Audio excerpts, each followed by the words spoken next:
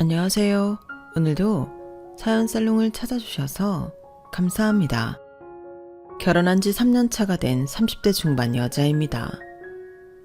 이곳에 사연을 보내시는 분들 중엔 워낙 결혼한 지 오래된 분들이 많으시니 결혼한 지 3년밖에 안 된 여자가 뭐 그리 깊은 사연이 있겠나 싶으시겠지만 얼마 전 나름대로 아주 기가 막힌 일을 겪게 되었지 뭐예요. 이 사건을 주변 가까운 사람들에게만 이야기해 주다가 문득 사연으로 남겨두면 좋겠다는 생각이 들어서 평소 즐겨 듣던 사연 살롱을 찾아오게 되었어요. 시댁 때문에 스트레스 받으시는 분들이 있으시다면 함께 스트레스를 날려보길 바라면서요. 이야기를 시작하기에 앞서 제가 결혼하기 전 정말 크게 착각했던 부분이 하나 있었는데요. 바로 시댁이라는 범위에 대해서였어요. 결혼 전 막연하게 생각했을 때 시댁 식구들 하면 바로 떠오르는 게 먼저 시부모님 그리고 남편의 형제 자매들이잖아요. 보통은 우리나라 정서상 시댁살이를 한다고 하면 시부모님이 가장 비중이 높고 그 다음이 시누이다 보니까 자연스럽게 생각을 못했던 존재가 있었어요. 바로 동서라는 존재였어요. 남편과는 2년간의 연애 끝에 결혼을 하게 되었는데요. 남편에게 남동생만 하나 있다는 걸 알게 되고서 내심 방심을 했던 것 같아요. 친한 친구들이 까칠하고 별난 시누이들 비위 맞추느라 고생하는 모습을 워낙 많이 봐와서 제 손이 시누이가 없다는 사실만으로도 안심이 되더라고요. 그렇다고 시부모님이 별나냐? 그런 것도 아니었어요. 제가 결혼하던 당시 기준으로는 남들보다 결혼을 조금 늦게 한 편이라 주변에서 이런저런 조언들을 정말 많이 들었거든요. 그중 하나가 결혼 이야기가 나오기 전에 꼭 시부모님 될 분들을 먼저 배워라는 거였어요. 사실 결혼을 하든 안 하든 교제하는 사람의 부모님을 뵌다는 게 그리 마음 편한 일은 아니잖아요. 그래서인지 늘 기피하게 됐었는데 시부모님 될 분들을 먼저 뵙고 결혼을 하니 더 좋았다는 친구의 조언을 듣고 깊이 새기게 되더라고요. 시부모님 되실 분들이 좋은 분들이든 나쁜 분들이든 먼저 뵙는 게 큰 도움이 된다는 건 사실인 것 같아서 저도 꼭 그런 자리를 가져야겠다는 생각을 했어요. 남편과는 20대 끝자락에 만나서 결혼 이야기가 오가지 않을 수 없었기에 더더욱 그랬죠. 하지만 한편으로는 걱정이 되는 것도 사실이더라고요. 실은 제가 20대 내내 다니던 회사를 때려치고 남편을 만났을 즈음엔 제 공방을 준비하고 있을 때였거든요. 제품 디자인 관련 직무로 회사를 다니고 있었는데 원래 전공은 도예 쪽이었어요. 현실과 적당히 타협하고 디자이너라는 직무를 선택하고 커리어도 제법 괜찮게 쌓았지만 직장 생활 자체가 잘 맞는 편도 아니었고 일에 흥미도 잃어가면서부터 자꾸 잊고 있던 꿈이 생각나더라고요. 그래서 회사 생활을 하면서 모아뒀던 돈과 퇴직금으로 공방을 차렸어요. 그때는 오래 만나고 있던 애인과도 헤어진 상태라 정말 제 삶을 전환할 무언가가 필요했거든요. 그래서 차마 못 이루고 있던 꿈이라도 이뤄보고 싶었어요. 지금이 아니면 더 이상 도전할 수 없을 것 같다는 생각에 금방 실행에 옮겼죠. 그렇게 정신없이 바쁘던 와중에 친구의 소개로 지금의 남편을 만나게 됐어요. 머릿속에 온통 도자기 생각밖에 없었기 때문에 연애는 완전히 우선순위에서 밀려나 있었지만 친구의 지인으로 참석했던 남편은 첫눈에 봐도 호감이 가는 다정한 사람이었어요. 보통 사람들은 크게 관심을 갖지 않는 도예 공방에 대해서도 관심을 가지고 질문해줬고 공방에도 놀러와 보고 싶다고 말하더군요. 친구들조차도 별로 관심 갖지 않던 제 공방을 궁금해해주는 사람이 처음이라 저도 많이 들떴어요. 처음 놀러 온 날은 꽃다발도 선물해줬고 등을 다는 것도 도와주었어요. 공방이 너무 예쁘다며 자주 놀러 오겠다기에 인사치레로 하는 말인 줄 알았는데 제가 운영하는 원데이 클래스에도 말없이 신청을 했더라고요.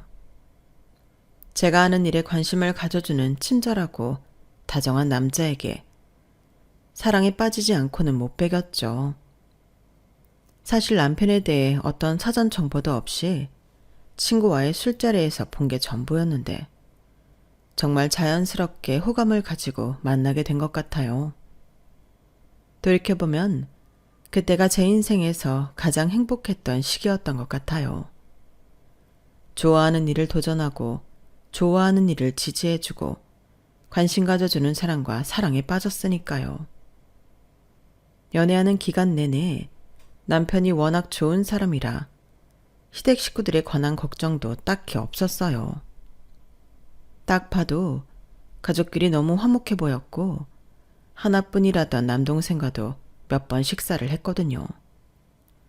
그래도 친구들의 조언을 잊지 않고 연애한 지 1년이 넘었을 때는 남편의 부모님과 식사하는 자리를 한번 가졌어요.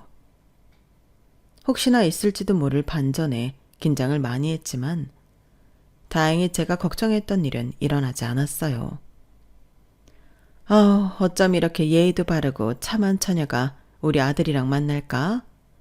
둘이 정말 잘 어울리네. 보기 좋아.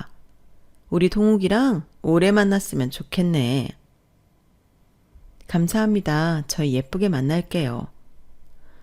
그래. 도자기 공방을 운영한다면서?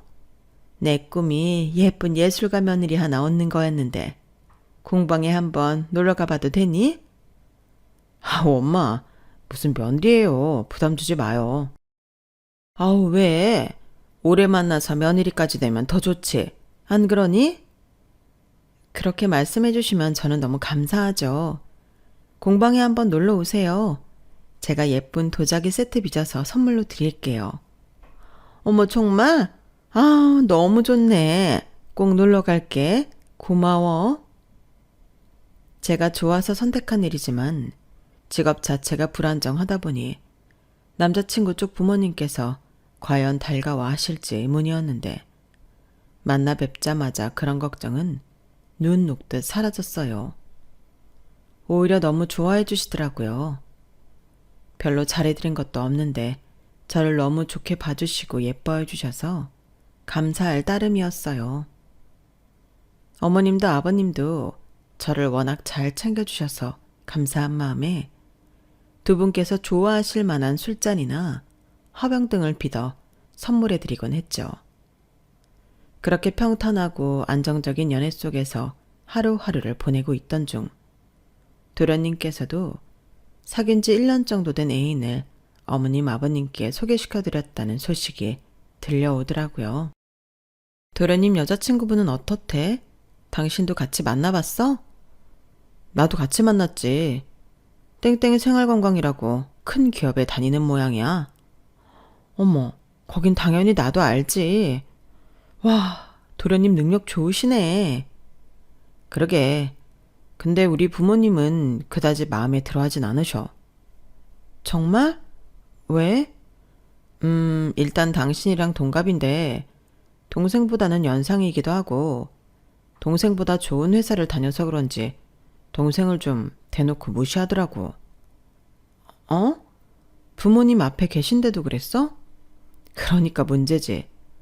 사실 둘이서만 있을 때 그러면 우리가 어떻게 알겠어. 학력도 동생보다 높고 동생을 좀 무식하다고 생각하는 건지 잔소리도 서슴지 않고 하더라고. 좋은 직장 다니고 그러는 건 알겠는데 정말 보기 좋지 않더라.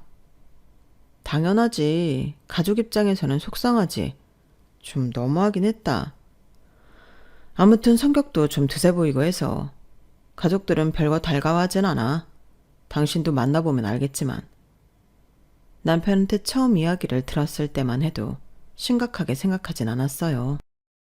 원래 시부모님 연세쯤 되는 어르신들께서는 여자가 남자보다 능력이 좋으면 아들 기가 죽는다며 좋아하지 않으시는 게 흔한 일이었으니까요. 그래서 도련님 여자친구에게 문제가 있다기보단 시부모님께 의외의 면이 있구나 했어요. 많이 열리신 분들이라 생각했는데 옛날 분들이시긴 하구나. 새삼 깨달은 느낌이었다고 해야 할까요? 연애할 때는 동서랑 만날 일도 그럴 걱정도 없다 보니 그때 들은 얘기는 제 머릿속에서 금방 잊혀졌어요. 하지만 도련님이 1년 정도 연애를 끝마치고 돌연 결혼하고 싶다는 의사를 밝히면서 남편네 집안이 발칵 뒤집혔죠. 이게 무슨 소리야? 너 아직 30도 안 됐는데 무슨 결혼이야 결혼은? 남자들은 요새 더 늦게 간다던데. 엄마, 지금이야 그렇지만 지금부터 준비해서 내년에 결혼하면 30이에요. 저야 안 급하다고 해도 누나는 30대가 훌쩍 넘어서 하루라도 빨리 결혼하면 더 좋을 상황이라고요. 누나가 많이 불안해해서 결혼을 서두르는 게 좋을 것 같아요. 무슨 말 같지도 않은 소리야. 연애한 지 1년도 안 된 것들이 결혼은 무슨 결혼. 며느리 되래가 우리 마음에나 들으면 모를까. 아직은 너무 빠르다. 좀 더 만나보고 결정해도 늦지 않아. 엄마, 그냥 허락 좀 해주세요.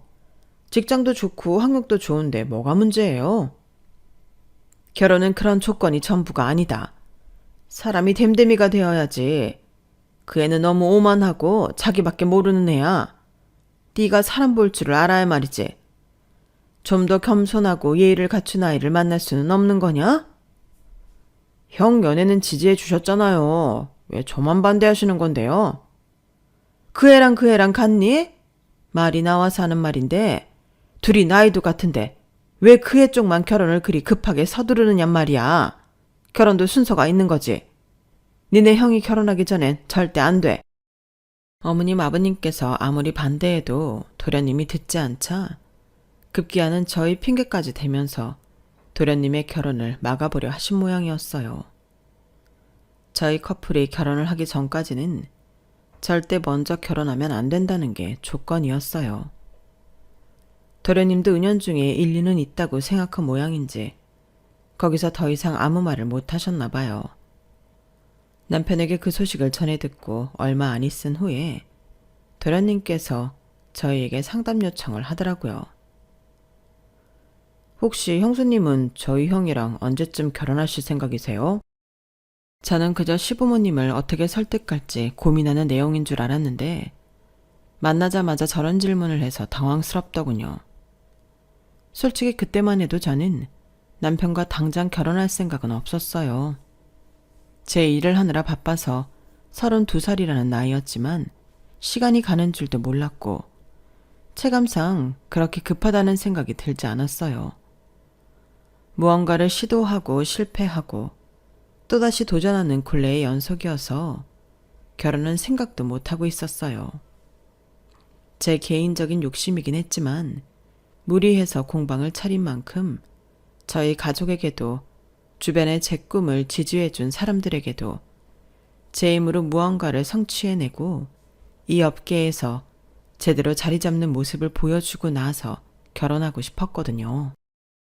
남편 역시 언젠가 결혼을 한다면 저와 하고 싶다고 이야기하긴 했지만 급할 거 없다는 입장이었고 제가 마음의 준비가 될 때까지 기다려주겠다고 약속해 놓은 상태였어요. 그래서 시동생의 질문을 듣고는 둘 다 벙찔 수밖에 없었죠. 우리는 1, 2년 정도 더 만나고 결혼할까 했는데 왜 그래? 보다 못한 남편이 먼저 말문을 텄어요. 대답을 들은 시동생은 예상치 못한 답변이었는지 사색이 되더군요. 만난 지 꽤 됐고 형은 나이도 있으면서 뭐하러? 슬슬 결혼해도 되지 않아? 그건 우리가 정하는 거지 임마. 그런 건 갑자기 왜 물어? 엄마가 우리 먼저 결혼해야 된다고 해서 그래? 그런 거 신경 쓰지 말고 정 결혼하고 싶으면 먼저 해. 우린 그런 거 상관 안 하니까. 그래요. 먼저 결혼하고 싶으면 먼저 하세요. 저흰 괜찮아요. 형도 봤잖아. 엄마 아빠 서슬 펄해져서 형 장가가기 전까진 절대 안 된다고 하는 거. 형수님이 못 보셔서 그래요. 어차피 결혼하실 생각이시면 1, 2년 빨리 한다고 달라지는 것도 없잖아요. 오히려 돈도 빨리 모을 수 있고 좋으실 거예요. 다시 생각해 주시면 안 돼요? 도련님이 너무 애걸복걸 매달리시니 참 난처하더라고요. 결혼 날짜를 땡기는 거야 생각지 못한 일이긴 해도 크게 어려운 일은 아니었지만 저희도 저희만의 속도가 있는데 그런 부분에 대한 존중이나 배려는 전혀 없이 본인 속도에만 맞춰달라고 하니 난처했어요. 야, 이게 그렇게 떼쓴다고 될 일이야? 우리도 다시 이야기를 해봐야 하는 일이고 재수씨도 이 사람이랑 동갑이라며? 그렇게 급할 것도 없는 것 같은데 왜 이리 재촉이야? 너야말로 더 만나보고 결혼해도 되잖아. 니네 입장만 주장하기엔 우리도 할 말이 있는데. 사실 나도 그렇게 생각을 하긴 하는데 누나 쪽에서 너무 불안해하는데 어떡해. 당장 결혼 준비해도 1년이 걸리는데 확신을 주지 못하면 헤어지겠다잖아. 야, 그렇게 결혼할 사람이 필요해서 너랑 만나는 거면 너도 필요 없다고 해. 나는 누나가 필요 없지 않은데 어떡해. 나도 결혼하고 싶단 말이야. 그렇게 하고 싶으면 우리 상관없이 결혼을 하면 되잖아. 그렇게 막무가내로 결혼하면 우리 엄마 아빠가 시댁살이 엄청 시킬 거라고.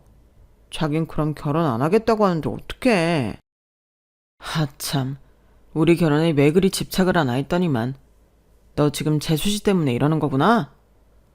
남편은 뭐 이런 경우가 다 있냐며 노발대발했지만 전 그때만 해도 동서 입장을 같은 여자로서 대충 이해하기는 했어요. 저 나름대로는 아직 사람을 만나보기 전이라 최대한 좋게 생각하려고 노력을 했던 걸지도 모르겠네요. 안 그래도 본인을 탐탁치 않게 생각하는 시댁인데 시부모 뜻을 거스르고 먼저 결혼을 했다간 시댁살이를 2배로 당할지도 모른다는 걱정이 드는 것도 당연했죠. 그렇다고 결혼을 늦추기엔 저희가 언제 결혼할지 모르는데 아무런 대책 없이 무한정 저희만 기다리시며 결혼 시기를 늦추는 것도 불안했을 거라고 생각했어요. 그때 제 나이가 32이었으니 당시 그렇게 결혼하기 어린 나이는 아니었거든요. 저도 어느 정도 경제적 기반을 갖추고 있었더라면 진작 결혼을 생각하고도 남았을 나이였죠. 다만 저는 인생에서 너무 새로운 도전들을 하고 있었기에 염두에 두지 못했을 뿐이었죠. 그때서야 저도 제 미래에 대해 다시 생각해보게 되더군요. 제가 생각하는 성공에 가까워지기까지 얼마나 많은 시간이 남았는지도 모르는 일인데 이렇게 막연하게 결혼을 계속 미루고 있어도 되는 건가 싶더라고요. 아직 30도 되지 않은 도련님도 결혼하겠다고 난리인데 30대 중반이 된 남편 생각도 해야겠다 싶더라고요. 그래서 나름대로 긴 고심 끝에 남편에게 물었죠. 우리도 이제 결혼 준비할까? 뭐? 설마 내 동생 때문에 그래? 괜히 저 녀석 때문에 조급해할 필요 없어. 괜찮아. 뭐하러 우리가 쫓기듯 결혼해. 사실 어차피 결혼할 거면 하루라도 빨리 하는 게 낫다는 말도 많고 결혼 미룬다고 내가 언제 내 스스로 만족할 만한 위치에 갈지도 모르는 일이고 요즘은 좀 지치기도 해서 안정된 울타리를 만들면 좋을 것 같기도 해서 도련님 때문만은 아니야. 그때 열심히 한다고 했지만 워낙 요즘 사람들이 도자기에 관심이 없다 보니 매출은 늘 저조했어요. 공방 운영만 겨우 할 수 있을 정도의 매출로 몇 년째 버티다 보니 아무리 좋아하는 일이라도 살짝 지치더라고요. 모아놓은 돈도 거의 떨어져 가고 있을 때라 그 돈이라도 가지고 있어야 결혼은 겨우 할 수 있겠다 싶어서 이렇게 된 김에 우리 결혼을 땡겨보는 것도 나쁘지는 않겠다 싶었어요. 남편은 제 이야기를 듣더니 납득을 하더라고요. 그래, 사실 나야 당신만 마음의 준비가 되면 언제든 결혼하고 싶은 생각이었지. 내 동생 때문이 아니라 당신이 정말 원한다면 나도 결혼은 빨리 하고 싶어. 그렇게 해서 저희도 결혼을 예정보다 빨리 서두르게 됐어요. 도련님 쪽에선 당연히 너무나 좋아하셨죠. 형수님, 감사합니다. 이 은혜 절대 잊지 않을게요.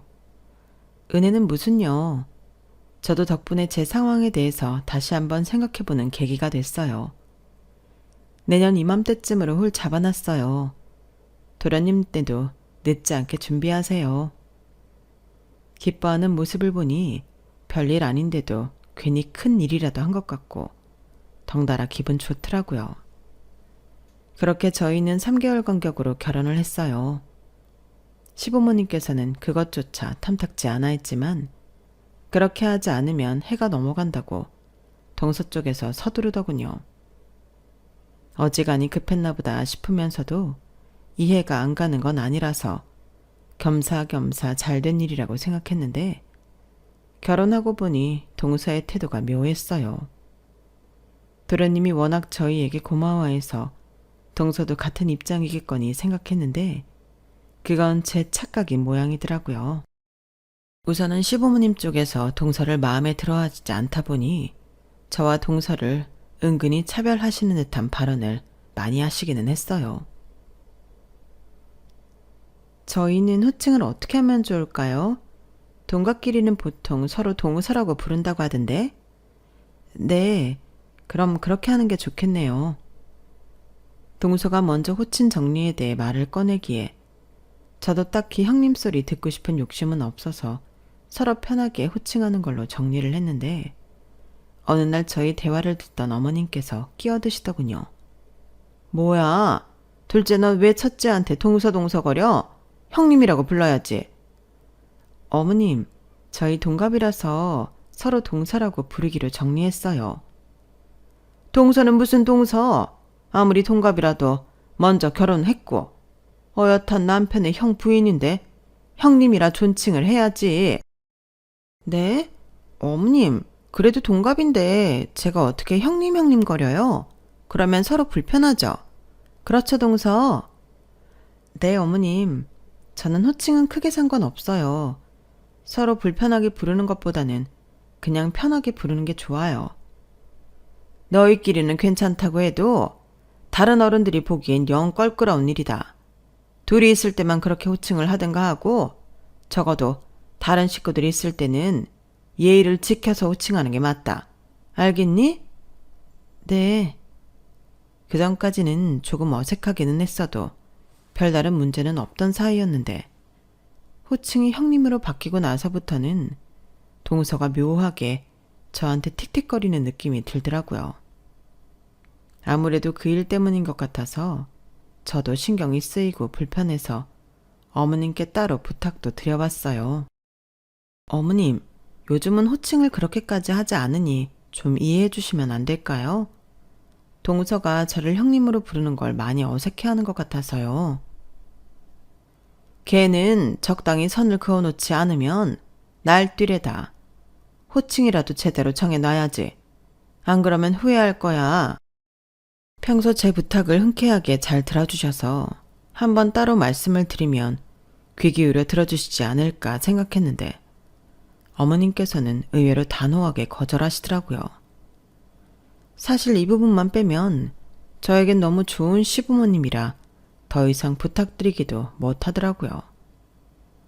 처음에는 아무리 동서가 마음에 안 드셔도 이렇게까지 할 거 있나.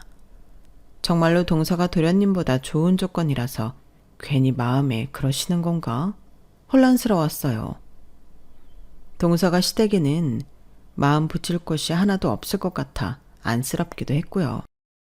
그래서 동서를 나름대로 잘 챙겨주려고 만날 때마다 선물이나 상품 것도 챙겨주고 했죠. 처음 한두 번이야 딱히 돌려받을 생각 없이 챙긴 거지만 그렇게 서너 번이 넘어가니 정말 쓱 받기만 하는 동서가 좀 의아해지기 시작했어요.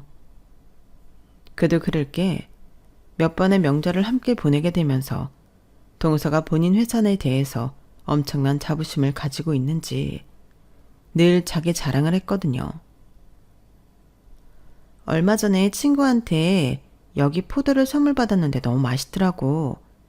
동서랑 도련님도 좀 먹어보라고 챙겼어. 어머, 포도요? 안 그래도 회사에서 명절 선물로 샤인머스켓을 보내줬는데 엄청나게 맛있더라고요. 그거 먹다 보니 일반 포도는 좀 맛없게 느껴지긴 하던데. 어쨌든 맛있다니까 잘 먹을게요. 회사에서 샤인머스켓도 보내줘? 회사 좋다. 그쵸? 이래서 여자건 남자건 대기업을 다녀야 한다니까요? 형님도 옛날엔 회사 다니셨다면서요. 왜 때려치신 거예요? 나는 지금 하고 있는 공방 일이 너무 하고 싶어서 관뒀지. 얘기 못 들었구나? 아, 그래요? 근데 그 공방 일이 재밌어요? 그냥 앉아서 하루 종일 도자기만 빚는 거 아니에요? 그런 건 취미로 해도 되잖아요. 먹고 살 만한 기술이라고 할 수 있나? 지금은 돈이 안 되니까 취미 수준이긴 하지. 돈이 되게 만들어야지. 세상에 좋겠다. 아주버님이 돈을 잘 버시니까 형님은 그냥 공방 운영이나 하면서 여유롭게 사셔도 되겠네요. 근데 그거 팔리긴 팔려요? 요즘 누가 도자기를 그렇게 사나 싶어서요. 그렇게 잘 팔리진 않아. 그래서 취미 수준이라고 한 거잖아. 어머머, 맞다. 그러네요. 아니, 사실 저는 여자도 능력이 있어야 된다고 생각하거든요. 남자 능력에 기생해서 사는 여자들 진짜 별로라고 생각하거든요. 뭐라고? 그런데 형님 보고 생각이 바뀌었지 뭐예요. 진짜 부럽다. 그런 생각 드는 거 있죠? 그렇게 놀면서도 잡동산이나 하루에 한두 개 팔아도 시부모는 예술가라고 칭송해주지. 남편은 뻣빠지게 번 돈 갖다 바치지. 좀 무능력하긴 해도 남들 보기에 그럴듯해 보이는 일 하나 하면 적자가 나오든 어떻든 사람들은 잘 모르고 멋있다고 해주니까요. 그런 인생도 나쁘지 않아 보이네요. 동서, 그건 그냥 날 깔보는 말이잖아. 나한테 기분 나쁜 일 있으면 말을 해. 어머? 깔본 거 아니에요, 형님. 전 그냥 형님을 보면 제가 살아온 인생이 좀 허탈해서 그래요. 이런 대접 받으려고 그렇게 열심히 공부해서 좋은 기업 간 게 아닌데. 이런 조건으로 저보다 조건 안 좋은 남자한테 시집 오면 시댁에서 좀 떠받들어 줄 줄 알았더니 웬 잡상인 같은 일이나 하고 있는 형님을 더 대접해주고 있으니까 제 입장에서는 좀 화가 나서 그래요. 동서는 말하기 전에 생각이란 걸 안 해? 어머님이 왜 그렇게 대하는지 잘 생각을 해봐. 조건이고 뭐고 말을 그런 식으로 하는데 누가 동서를 이뻐하겠어. 아니 형님, 형님이 저처럼 살아보지 않았는데 어떻게 제 마음을 아시겠어요? 나보다 조건도 낮은 남자, 그래도 나이가 어리니까 눈 감고 결혼하기로 했는데 그마저도 예쁜 나이에 결혼하고 싶었는데 누구 때문에 날짜도 밀리고 제가 억울해서 살겠냐고요. 동서는 그야말로 나사가 한번 풀리면 최소한의 선도 없이 하고 싶은 말을 다 하는 성격이었어요. 남편이 처음 동서를 보고 온 날 얼버무리듯 자세히 말하지 않았던 동서의 평가가 어떤 것이었는지 그제야 알겠더라고요. 사람을 대놓고 무시한다거나 드세 보인다는 성격이 바로 이럴 때 나타나는 거였어요. 그전까지는 별로 느낄 새가 없다가 본인이 화가 나고 부당하다고 생각하니 이렇게 거침없이 본성이 튀어나오더라고요. 제가 봐왔던 시부모님은 두 분 다 굳이 아들보다 조건이 좋은 며느리를 질투하실 성품이 아니셨는데 그동안 이해되지 않던 것들이 이해되기 시작했어요.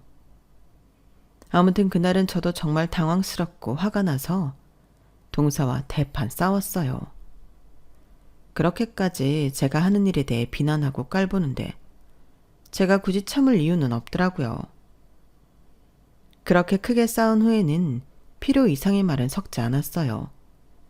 다른 것도 아니고 제가 사랑하는 일에 대해 그렇게 모욕적인 말을 들으니 참을 수 없더라고요.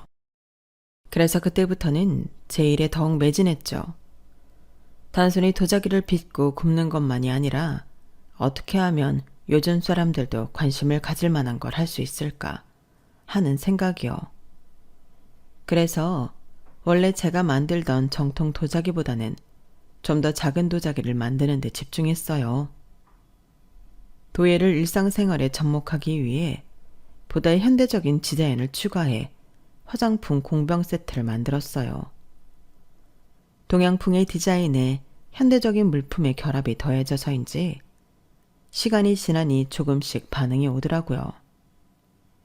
구매하고 당장 쓸 수 있을 정도로 실용적인 것들이다 보니 예전보다 판매량도 훨씬 늘었어요. 그렇게 아름아름 도자기를 좋아하시는 분들 사이에서 제 브랜드를 알아봐 주시는 분들이 조금씩 생겼어요. 그러니 어쩌다 한번 열었던 공방 원데이 클래스에도 신청자가 점점 늘더라고요.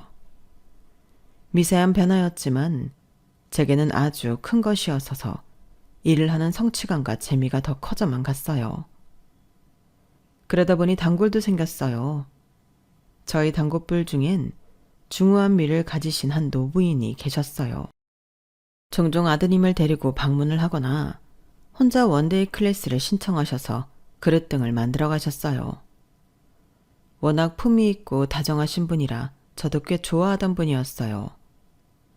그런데 어느 날 갑자기 그분께서 찾아오셔서는 저한테 긴히 하실 말씀이 있다고 하시더라고요. 사실은 내가 화장품 사업을 좀 하고 있어서 우리 선생님 도움을 좀 받고 싶은데 그래도 될까? 어머, 정말요? 어떤 거예요? 저의 영광이죠.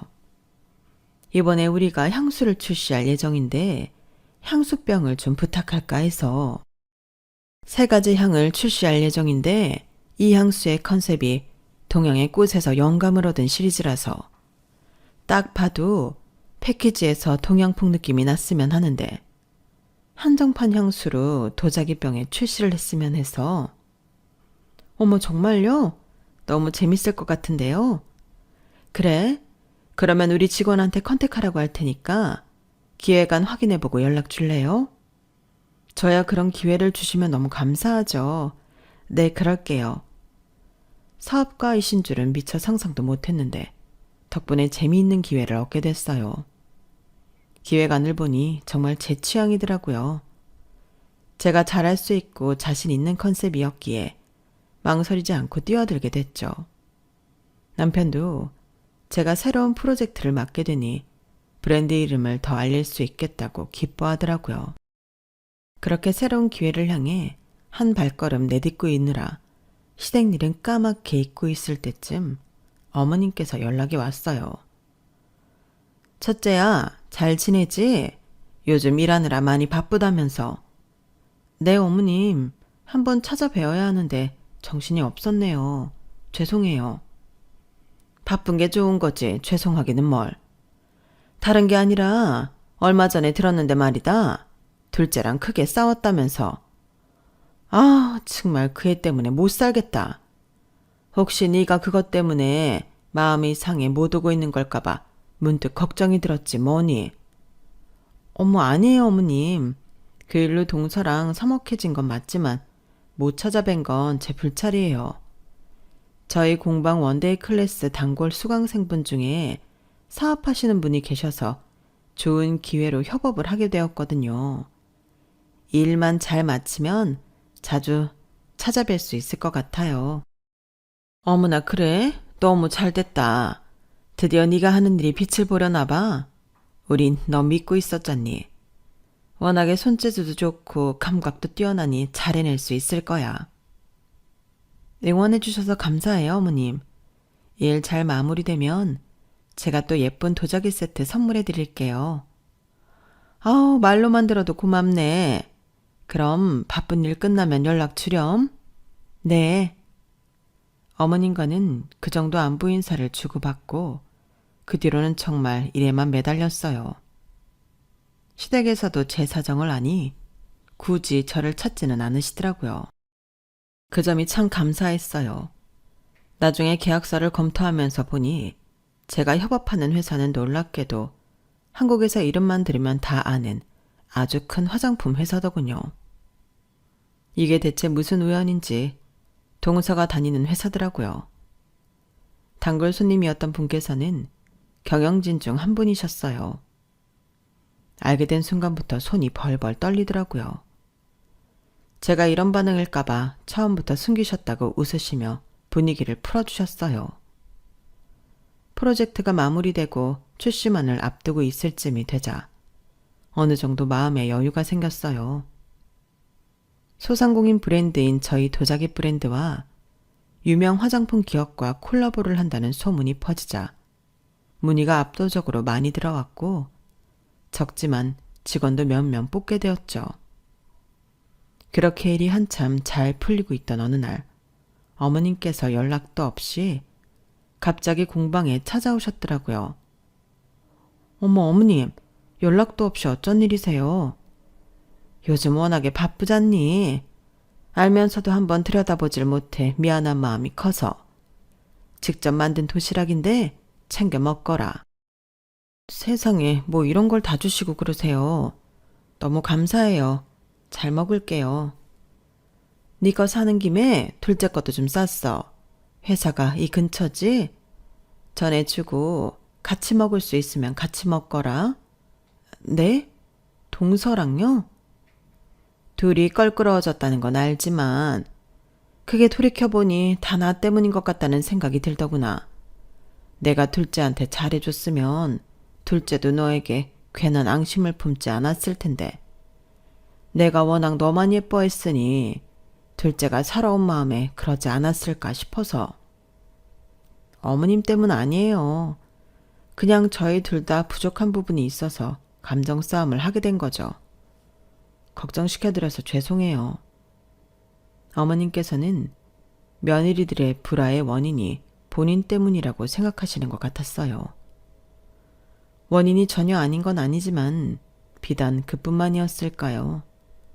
애초에 동서의 이해심이나 인품이 거기까지밖에 되지 않았으니 저를 시기하고 못된 말도 서슴지 않고 해서 이렇게 된 것인데 말이에요.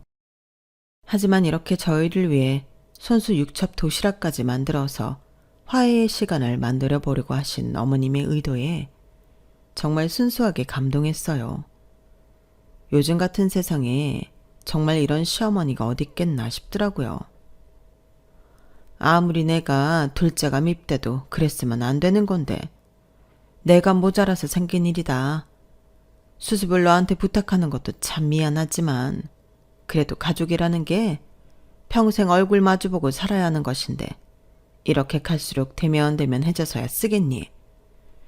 내가 부탁 좀 하마. 별로 그렇게 내키지는 않았지만 그동안 바쁘다고 시댁일을 소홀히 한 것도 있고 어머님 말씀대로 언제까지고 동서와 척을 지고 산다고 좋을 것도 없다는 생각이 들었어요. 그래서 어머님이 싸주신 도시락을 들고 동선의 회사로 향했죠. 동선의 회사가 저희 공방이랑 가까이에 있었거든요. 딱 직장인 점심시간 때쯤이라 건물 밖으로 많은 사람들이 오가고 있더라고요. 그래서 동서한테 바로 전화를 했는데 동서가 전화를 받지 않더라고요. 충분히 예상했던 일이라 문자를 남겼어요. 동서, 지금 나 회사 앞이야. 중요하게 할 이야기가 있어서 왔는데 잠깐만 시간 내줄래? 하지만 동서는 묵묵부답이더라고요. 2통 정도 전화를 더한 뒤 받지 않길래 건물로 들어가려고 하는데 입구서부터 외부인 출입 금지라며 거부를 당했어요. 잠깐 전해줄 게 있어서 그래요. 여기 맡겨놓으시면 전해드리겠습니다. 순간 내가 왜 이렇게까지 해야 되나 억울해서 도시락을 맡겨놓고 가버릴까 싶었지만 어머님께서 힘들게 손수 싸주신 보람이 없을 것 같았어요. 먹다 체하든 말든 동서랑 한 끼는 먹고 얘기를 좀 해봐야겠다 싶어서 다시 동서에게 문자를 보냈죠. 바쁘면 잠깐 전화라도 해줘. 전해줄 게 있어서 그래. 그렇게 앞에서 경비와 실랑이를 벌이고 있는데 익숙한 뒷모습이 보이더라고요. 동서, 뭐예요 형님? 그래 나야. 왜 이렇게 연락을 안 받아? 형님이야 차단한 지 오래됐죠. 우리가 뭐 이렇게 인사 주고받을 사이는 아니잖아요? 그래도 무슨 급한 연락이 있을 수 있는데 무슨 차단까지 했어. 됐고 여긴 왜 오셨어요? 촌스럽게 그 보따리는 또 뭐예요? 설마 우리 회사에 도자기 팔아보려고 왔어요? 도시락이 보따리에 들어있어서 도자기로 착각한 모양이었어요. 뭐라고? 그런 게 아니라 여기요 경비! 이 잡상인 좀 내쫓아주세요. 우리 회사 건물 경비 진짜 삼엄한데? 잡상인이 어떻게 들어와 있대? 동서, 잡상인이라니. 그게 아니라 동서랑 밥 한 끼 하려고 온 거야. 이거 어머님이 우리 공방까지 손수 가져다 주셨어. 동서랑 먹으라고. 이렇게까지 싫어할 줄 알았다면 나도 안 왔을 텐데. 진짜 해도 해도 너무한다. 그래, 그럼 이것만 전해주고 그냥 가볼 테니까 먹던지 말던지 알아서 해. 동서에게 보따리를 쥐어주고 가려는데 갑자기 뒤에서 무언가 우당탕 하는 소리가 들리더군요. 뒤를 돌아보니 도시락을 바닥에 던지듯 떨어뜨려 도시락통이 바닥에 나뒹굴고 있었어요. 어머, 도자기인 줄 알았는데 진짜 도시락이었네? 도자기였다면 다 부서지고도 남았을 거였어요. 바닥에 어머님께서 싸주신 반찬들이 굴러다니는데 정말 화가 나서 참을 수가 없더라고요. 동서, 진짜 제정신이야? 말 그대로 눈이 뒤집혀서 동서한테 달려들려는데 누군가 저를 잡았어요. 돌아보니 그 임원뿐이더라고요. 이 사람이 전에 선생님이 말했던 그 사이 안 좋은 동서예요? 전무님, 죄송합니다. 소란스럽게 굴어서요. 얼른 정리하고 나가보겠습니다. 세상에, 시어머님께서 솜씨가 좋으신 것 같은데 아깝게 됐네. 그때 말했던 동서가 우리 회사 직원인 줄은 몰랐는데 왜 말 안 했어? 네? 말씀드려도 어떻게 할 수는 없으니까요. 괜히 이런 걸로 피곤하게 해드리기도 싫고요. 아니지, 말했어야지. 우리 회사는 능력이 첫째로 중요하지만 그에 못지않게 인성도 중요하게 여기는 회사인데 어머님이 싸주신 도시락 같이 먹자고 들고 온 형님을 잡상인 취급하면서 저러는 건 우리 회사 직원으로서 너무 창피한데? 능력이 많이 좋으신가? 뭔가 오해가 있으신 것 같은데 전무님. 그나저나 저희 형님이랑은 어떻게 하시는 사이세요? 몰랐나 보네. 우리 회사 땡땡땡 브랜드랑 협업 중인 도자기 브랜드 대표신데 이렇게 함부로 대해도 되는 사람 아니에요. 뭐라고요? 내가 직접 컨택한 대표님이라 나한테는 귀빈인데 막상 회사 직원이 이렇게 대하고 있는 걸 보니 정말 많이 당황스럽네. 능력이 얼마나 좋길래 그런 인성으로도 우리 회사에 붙어 있는 건지. 내가 앞으로 지켜볼게요. 잠시만요. 제가 잘못했습니다. 형님, 저 한 번만 살려주세요. 네? 사색이 된 동서가 이성을 잃고 저한테 매달리기 시작하더라고요. 전무님은 못 볼 꼴을 봤다는 듯 제 어깨를 감싸고 회사 앞까지 배웅해 주셨어요. 여기까지 왔는데 아쉽네. 공방으로 갈게요. 감사합니다. 덕분에 처음으로 체면이 서봤네요. 감사하긴 진짜 본인 능력으로 여기까지 올라온 거면서 새삼스럽게. 도움이 됐다니 기분은 좋으네. 제 어깨를 툭툭 두드려주시고는 다시 회사로 들어가셨어요. 몇 개월 뒤 동서가 회사에서 잘렸다는 소리가 들리더라고요. 동서가 추진했던 프로젝트가 적자가 나서 모든 책임을 동서가 쓰게 된 모양이었어요. 힘을 쓰셨는지는 알 수 없는 부분이지만 결국은 회사에서 보였던 모습 때문에 직장 동료들에게도 신뢰가 많이 떨어진 모양이더라고요. 정말 제 할 일을 열심히 했을 뿐인데 이렇게 은인도 만나고 저를 못살게만 굴던 동서도 퇴치하게 되니 기분이 이상하네요. 권선징악을 믿지는 않았는데 이런 걸 보면 정말 그런 게 있긴 한가 봐요. 아무튼 그날 이후로 동서는 업계 평판이 꽤 안 좋았던 모양인지 아직도 번번이 실패하고 백수가 돼서는 제 눈도 못 마주치고 살아요. 저는 동서가 그리 자랑스럽게 여기던 회사와의 협력이 성공적으로 마무리되어 2차 협업 제안받았고요. 이렇게 전세가 역전될 거라고는 상상도 못했는데 정말 세상 일은 살아봐야 아는 거라는 생각이 드네요. 제 사연은 여기까지입니다. 들어주신 모든 분들의 하루하루가 정말 행복하기를 바랍니다. 건강하세요. 여러분, 사연 댓글에 응원과 현명한 조언 부탁드려요. 좋아요와 구독은 저에게 큰 힘이 됩니다. 오늘도 좋은 일 가득하세요.